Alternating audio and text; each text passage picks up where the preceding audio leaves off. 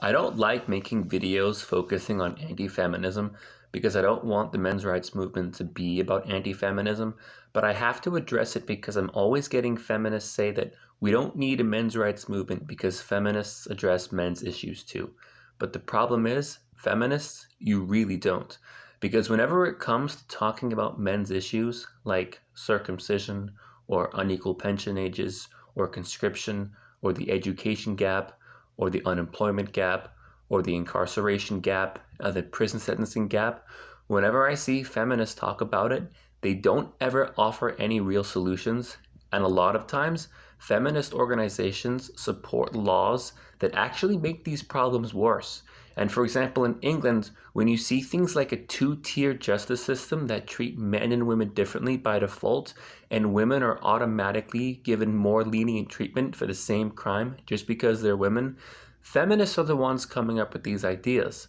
So a lot of times feminists blame patriarchy for these issues when in fact feminist groups are the ones responsible and the ones supporting these issues, supporting these gaps and supporting these different laws. And you see in India right now, men are not protected by rape under the Constitution. Why? Because in 2013, feminist groups specifically protested the inclusion of men under law. In the UK, it was feminist groups who protested equalizing the male and female pension age in the debate in the early 2011s. And right now, starting in 2020, it's feminists who are protesting against the UK including men as equals in the domestic violence laws. So I'm not against feminism and I'm not against the idea of feminism, but I am against the feminist organizations and groups who are doing these kinds of things. Now you might think, oh, I'm a feminist and I don't support that. I believe equality. I believe you. I believe there are millions of feminists around the world who want to do the right thing and who support equality. So what's the problem?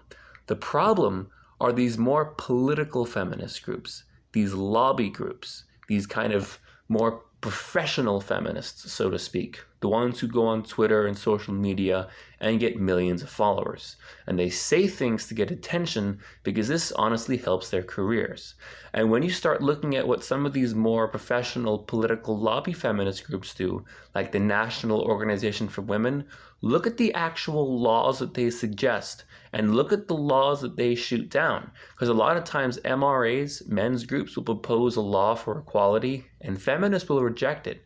So we're not against feminism because we're against the idea of feminism, but actions speak louder than words, and we have to be honest about what are we seeing feminist groups actually do, because it's not equality.